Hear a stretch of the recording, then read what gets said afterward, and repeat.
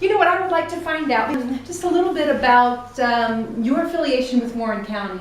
Okay, sure. A lot of people from Warren County will be watching this. Yeah, awesome. And I'm sure they'll be very interested in hearing what your connection is and what your experience has been in our county, this wonderful county. Yes. Well, it's very interesting because, as we said before, I'm a Springboro High School graduate, graduated in '97. I went to University of Dayton. And then pretty much after college, I lived in Europe for a while and then moved to LA. So I haven't been here in a while, right, a long time, like as my primary residence. But I have very fond memories. I will say, we established that I'm a little bit of a nerd, always have been. So I didn't really date a lot when I was younger. But I remember this area being very, very friendly. I had good experiences here. I had a lot of friends. People were very welcoming to me and my family. It's a great place. And when I come back here, I love the city. I love like Los Angeles and big cities, but there is something very familiar and comfortable and quaint about this area. So every time I come back here, it's nice. It's like a nice breath of fresh air in a lot of ways, And the other thing is, every time I come back here, I'm very happy to see that there's a lot of positive changes that have happened here. There's still a small town feel, like this area still retained that small town, hometown feel. I agree. But I think it's really great that there is a small evolution happening here too, just the way people are thinking and including people who are maybe different than them, and I think that's really important, and I'm really happy to see that in small towns. So a lot of my friends in Los Angeles maybe are born and raised there, and so they only know a big city, and so they see things that might be in the news or whatever, and I'm like, no, listen, where I grew up, people are very great people in Warren County, in Southern Ohio. I'm happy to be from here. A friend of mine who I got together with while I was here, who still lives here, was like, even though you're doing all these things in Los Angeles, you're still like the same small town girl. And I'm like, yeah, it's because I grew up here, and I'll always have that. And so I thank this area for that. It has been a really good area for my family as well. Yeah. And for me to teach and for our children to grow up. Yeah. Both of our kids have kind of gone their own ways. One to Cleveland, one to Nashville. Yeah. And I like that you have that free spirit, sense of adventure. Yes. It's a great place to come back to. Absolutely. But it is a tribute to you and your sense of confidence and adventure. You want to go experience more in the world. Yeah. But I'm sure you've noticed that no matter where you go, there are some universal truths in human beings. Oh, yeah, absolutely. Lebanon, Ohio, Mason, Ohio, Kings, Franklin, Carlisle, Springboro, Waynesville, any of our Warren County communities. Yeah, absolutely. And I mean, really, I'm so glad you said that, because in working with all different kinds of people, coming from here, being in Los Angeles, living in Europe, working with all lifestyles and all genders and all different kinds of people with my dating coaching business, I mean, the constants is that everyone just wants to be accepted, and everyone just wants to be happy and possibly find somebody that they can share their life with. That's a very human thing. That makes us all the same in a lot of ways.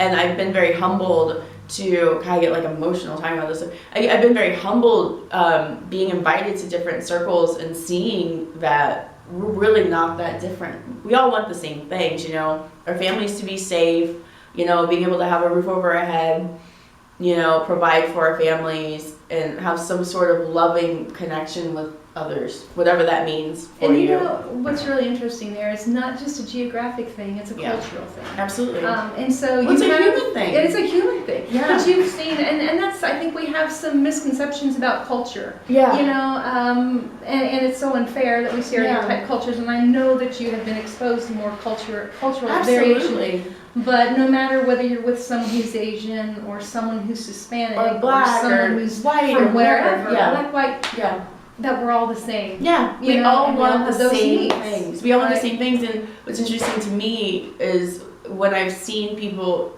deficient in having those things, especially in the caring, or human touch is such an important thing. I agree. All of those things is where bad things start to happen.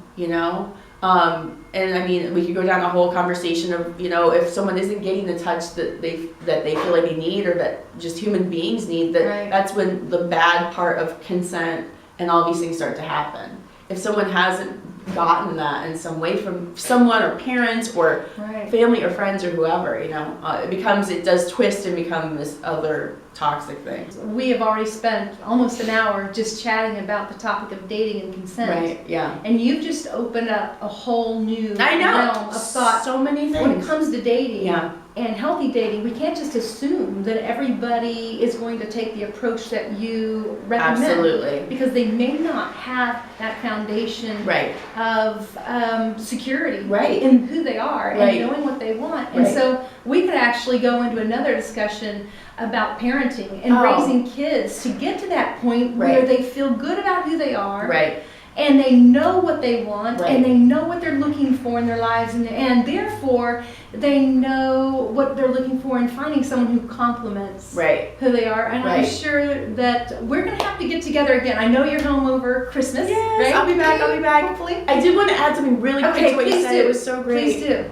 You know, when we were talking about earlier, when you asked me about boundaries and red flags, you know, sometimes we might connect with someone, but they might not have the same level of, like you said, experiences, or what we call emotional intelligence.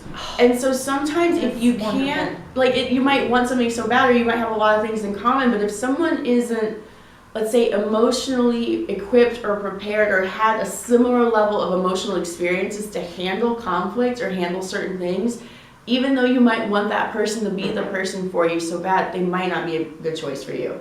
I've dealt with that personally in my life, and I've had a lot of people I've coached deal with that, dealt with that as well. And it's like, if you're not on the same level of emotional capability, no matter how much you plead and beg and possibly get angry with someone to get them to see your perspective or understand how they've hurt you, or all these things, some people just aren't going to get it because maybe their emotional intelligence level is lower than yours, or just not at the same level. It's so important to be aware of that. And if I had to give any closing advice, it would be that, I suppose. It would be, you know, be very clear about what your emotional needs are, and then try to find and be open to seeing and weed out people who aren't on your same emotional intelligence capacity level, because that's really important. Because it doesn't matter kind of what you're saying, it doesn't matter how much someone says they love you or shows that they love you that works for them. If it's not working for you and it still feels bad or weird, then it's not a good match. It's just not. It's gonna be very destructive. Point well taken, Erin. And you know, again, we could open up another whole topic I know. with that, because with emotional intelligence, it comes to a point where some people aren't ready for even dating. Absolutely. They need some intensive therapy, some counseling, some life coaching. Absolutely. And just to get some baggage out of the way that helps them to be their best. Absolutely. It's for so the person true. that they're wanting to date. So absolutely. Thank you so much. You know what? I noticed it too. I assumed I could shake her hand. But there was an acknowledgement. She put it out. She didn't grab my hand. She put it out, and I went in for it. So there was still a consensual thing that happened. Okay. We didn't fail. Can we? Yes, we can. Okay. Love you.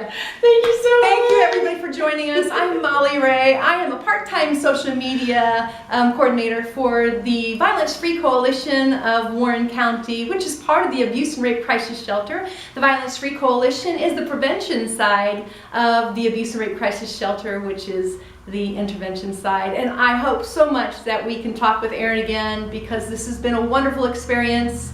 I hope that you've gotten something from it, at least as I'm sure you have. If I have, you have. I'm probably going to edit this part because I didn't know what I was saying, but that's the glory of having video editing equipment. So thank you so much for joining us today. Ta-ta.